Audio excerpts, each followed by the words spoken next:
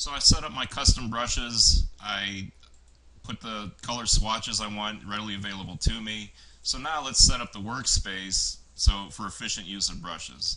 And let me move this palette close here so we can make it easier to record on my screen. Alright, so here's my custom uh, you know 10-point flat that I randomized. Let me make this, enable my brush tool. It's hard to do this and talk at the same time, folks.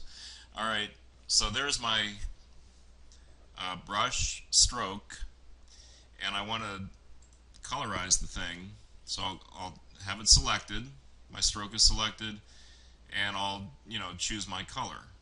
Alright, so now that stroke is available to me on my workspace for wherever I want to use it. Just let me make some other ones here.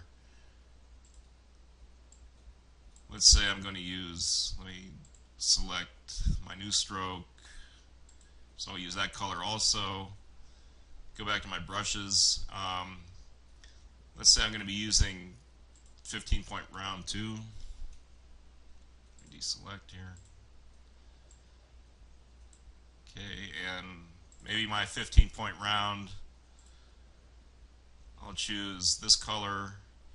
And to get like an ink wash effect, if you change the opacity of these strokes, you can make them transparent, which I'm going to decide to do with this one. So it's selected.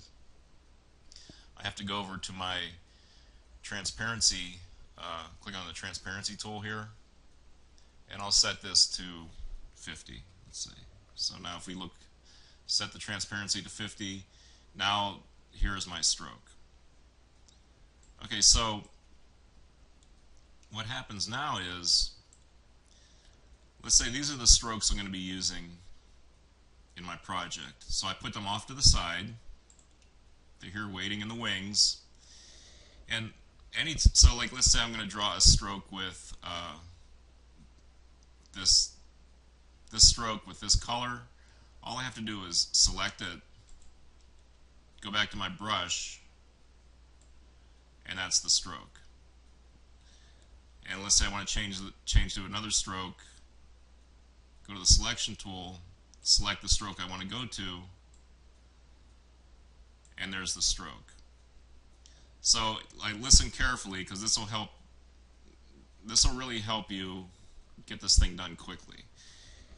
The last stroke that is selected